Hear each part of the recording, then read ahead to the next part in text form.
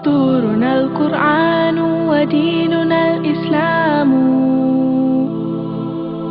أركانه الجليلة دعائم الفضيلة وَلَقَدْ يَسَّرْنَا الْقُرْآنَ لِلذِّكْرِ فَهَلْ مِن مُّدَّكِرٍ، اور بے شک ہم نے آسان کیا قرآن نصیحت کو، پھر ہے کوئی نصیحت پکڑنے والا؟ Our guide is the Quran, our religion is Islam. 5 noble pillars upholding what is virtuous. To make the testimony is the base of the faith, and the fast and the prayer, the pilgrimage and charity. سورۃ الجاثیہ.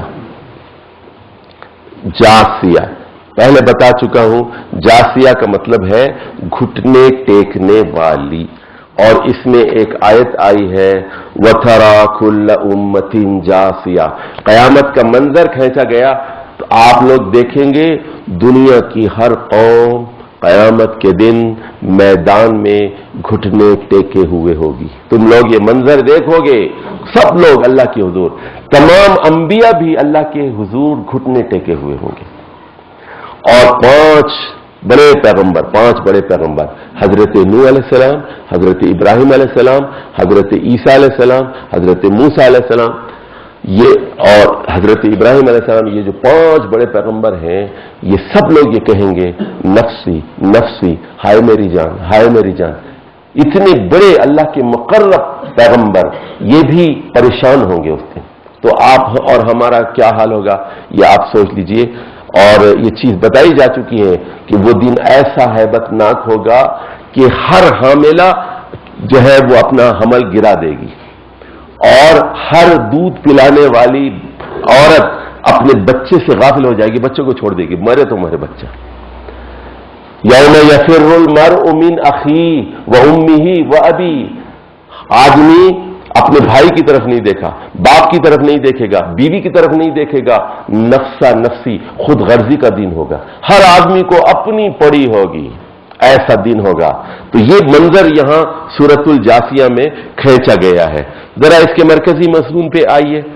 یہاں دیکھیے یہ جو پہلا paragraph ہے، یہاں بھی عزیز و حکیم کی صفت آئی ہے، اور آخر میں بھی عزیز و حکیم کی صفت آئی ہے. یہ قرآن مجید کے اس انداز کو سمجھنا بہت ضروری ہے کہ پہلے پیراگراف میں جو چیز بطور تمہید بیان کی جاتی ہے اسی کو آخر میں کنکلوڈ کیا جاتا ہے، اسی کو ریکیپ کیا جاتا ہے. اس سے پھر سورت کے مرکزی مضمون کی وضاحت ہو جاتی ہے. اور عزیز الحکیم ہستی نے ایک مقصد کے تحت کائنات کی تخلیق کی ہے. یہ کائنات بے مقصد نہیں ہے.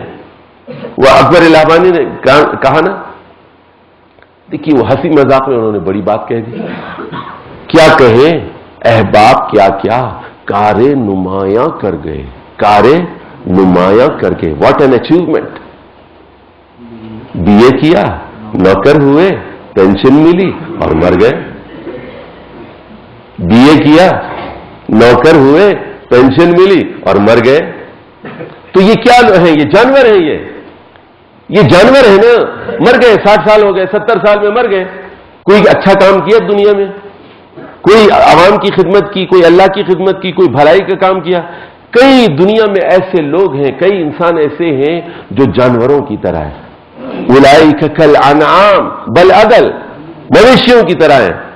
بکری کے بھی بچے ہوتے ہیں، گائے کے بھی بچے ہوتے ہیں، اونٹ کے بھی ہوتے ہیں، ہاتھی کے بھی ہوتے ہیں. اسی طرح یہ بھی جو ہے اپنی بھوک پیاس کھاتے ہیں، پیتے ہیں، جلتے ہیں، مر جاتے ہیں. اس کے کوئی مقصد زندگی نہیں ہے. تو انسان کو یہ سوچنا چاہیے کہ میں اس دنیا میں کیوں آیا ہوں، بحیثیت انسان میری کیا ذمہ داریاں ہیں، بحیثیت مسلمان میری کیا ذمہ داریاں ہیں، مجھے مرنے کے بعد کہاں جانا ہے، جو زندگی میری غفلت میں گزری ہے اس کی تلافی کیسے کی جا سکتی ہے، اور بقیہ زندگی میں اپنے نصب العین کو بدل کر کیسے بہتر طریقے سے گزار سکتا ہوں. اب آ جائیے، مکی صورت ہے، 7 پیراگراف ہے. دوسرے پیراگراف میں مشرکین مکہ کا تکبر، استہزاء اور شرک ولایت کا ذکر ہے. کیا مطلب ہے؟ تکبر کہ ہم بہت بڑی چیز ہے. جیسے آپ لوگ عباسی، ہم عباسی ہیں، ہم رانے ہیں، راجپوت ہیں، ہم سید ہیں، ملتان کے سید ہیں، بخاری سید ہیں، ہم سندھ کے وڈیرے ہیں. یہ تکبر، قبائلی غرور، قبائلی خاندانی تعصب، غرور ہے کیا؟ ہم مشت خاک ہیں. تکبر اور غرور.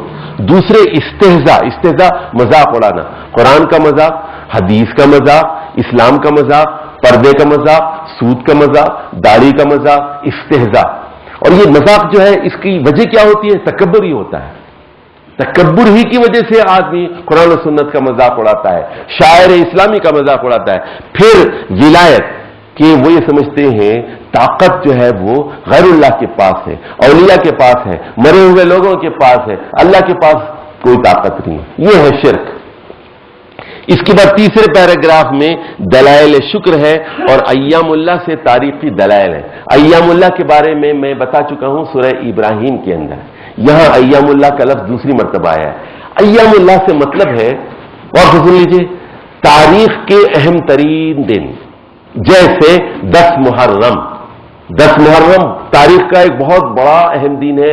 اس دن فرعون ڈوبا تھا اور بنی اسرائیل کو نجات ہوئی تھی. اسی لیے 10 محرم کو یہودی روزہ رکھتے ہیں، اللہ کا شکر ادا کرتے ہیں کہ انہوں نے فرعون سے نجات پائی. اور اسی لیے نبی کریم صلی اللہ علیہ وسلم نے کہا کہ ہم لوگ 9 کو بھی روزہ رکھیں گے اور 10 کو بھی، اور یا 10 کو بھی اور 11 کو بھی ہم یہودیوں کی مخالفت کریں گے.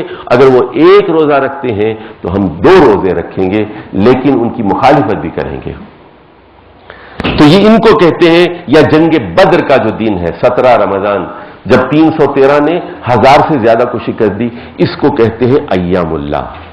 پہلی جنگ عظیم، دوسری جنگ عظیم. یا جیسے مثال کے طور پر 27 رمضان کو شب قدر کے دن پاکستان وجود میں آیا. مشکل حالات میں، ناممکن حالات میں، بظاہر ایسے لگتا تھا کہ پاکستان نہیں بنے گا، لیکن پاکستان بن گیا، دنیا کے نقشے پر ابھر کے آ گیا. تو یہ ایک تاریخی دن ہے، تاریخی دن ہے یہ، جب اس 2 قومی نظریے کی بنیاد پر اور اسلام کے نام پر، کلمے کی بنیاد پر تاریخ نے، قوموں نے ایک بہت بڑا فیصلہ کیا. یہ دوسری جنگ عظیم ہوئی. پہلی جنگ عظیم ہوئی تو ہم ان کو کہتے ہیں ایام اللہ، اللہ کے دن. چوتھے پیراگراف میں بنی اسرائیل کی شریعت کے بعد نبی کریم صلی اللہ علیہ وسلم کی شریعت کا مقصد بیان کیا گیا. اور 5ویں پیراگراف میں خواہشات نفس کی پیروی کرنے والوں سے بحث اور مجادلہ کیا گیا. 6 پیراگراف میں دلائل قیامت ہے، مجرمین، متکبرین اور مستہزئین کا انجام ہے. ذرا غور کیجئے، یہ جو الفاظ ہیں بار بار قرآن میں آتے ہیں. میں اب یہ کام کرنے والا ہوں، میں نے اپنی کتاب میں نے جتنی اصطلاحات استعمال کی ہیں نا، ان کی میں کا ایک انڈیکس بنا رہا ہوں. تو قرآن کی خاص اصطلاحات ہیں. یہ مجرمین کا لفظ بار بار آتا ہے، مستہزئین کا لفظ بار بار آتا ہے، مجرمین کا لفظ بار بار آتا ہے. ان اصطلاحات پر مہارت کی ضرورت ہے. دیکھیے جتنے الفاظ قرآن میں آئے ہیں نا، اور بار بار آئے ہیں، بتکرار آئے ہیں، ان پر آپ عبور حاصل کر لیں تو قرآن فہمی کی منزلیں بہت آسان ہو جائیں گی. اور آخر میں پھر وہی بتایا گیا کہ العزیز الحکیم. اب سن لیجیے العزیز اور الحکیم کی ذرا بات کو میں سمجھانا چاہتا ہوں.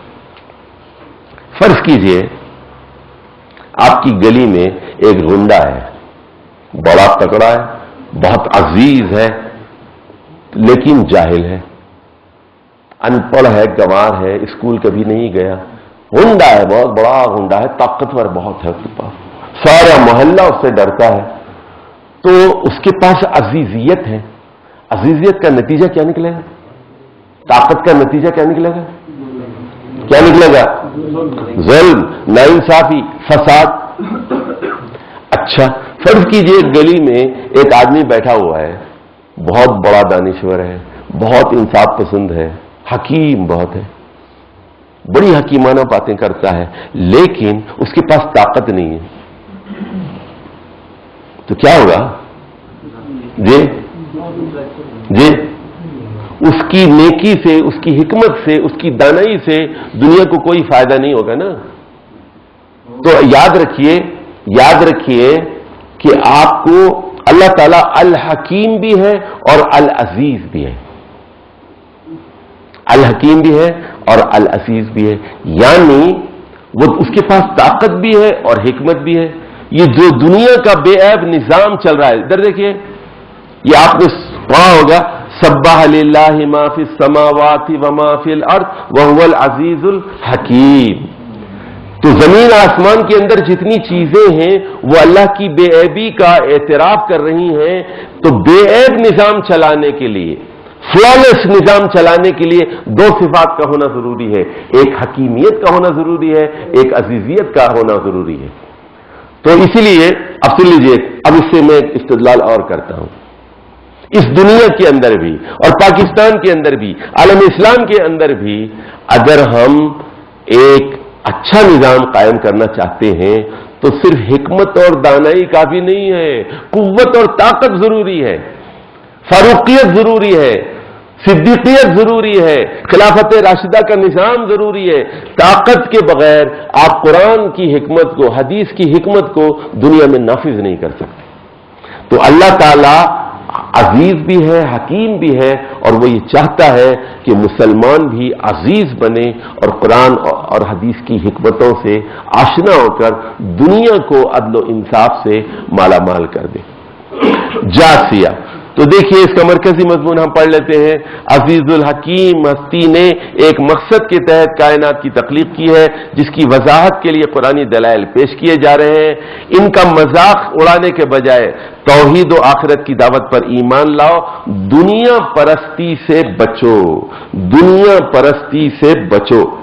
اب یہ میں نے ایک نیا لفظ سن لیجیے، یہ دنیا پرستی سے بچو ہے نا. یہاں اس سلسلے میں ایک آیت آئی ہے 24 اس پر ذرا غور کرنا ہے. یہ میں نے ایسے ہی دنیا پرستی سے بچو ایسے نہیں لکھ دیا، سوچ سمجھ کے لکھا ہے. تو یہ بعض لوگ کہتے تھے، آپ لوگ بھی ایسے لوگوں کو دیکھا ہوگا، وہ کہتے تھے قالوا ما هي الا حیاتنا الدنیا. وہ یہ کہتے تھے کہ جو کچھ ہے یہی دنیا ہے، کھاؤ پیو موج کرو، آخرت وما یہلکنا الا الدہر. اللہ ہمیں ہلاک نہیں کرتا، زمانہ ہلاک کر دیتا ہے. جس طرح ایک درخت سوکھ کے مر جاتا ہے جب جو ہے، اسی طرح زمانہ جو ہے وہ ہمیں ہلاک کرتا ہے. دہر، ایسے لوگوں کو دہریے کہتے ہیں جو آخرت کو نہیں مانتے. وما یہلکنا الا الدہر، یہ تھی ان کی ذہنیت. آج بھی ایسے لوگ پائے جاتے ہیں، ہر زمانے میں ایسے لوگ پائے جاتے ہیں جو کہتے ہیں اللہ موجود نہیں ہے، اللہ فاعل نہیں ہے، زندگی اور موت کا ذمہ دار اللہ نہیں ہے، بلکہ زمانے کی گردش ہم کو ہلاک کر دیتی ہے. وما یہلکنا الا الدہر. تو یہ ہے وہ منفی ذہنیت جس کے نتیجے میں آدمی اللہ سے، اللہ کی آیات سے غافل ہو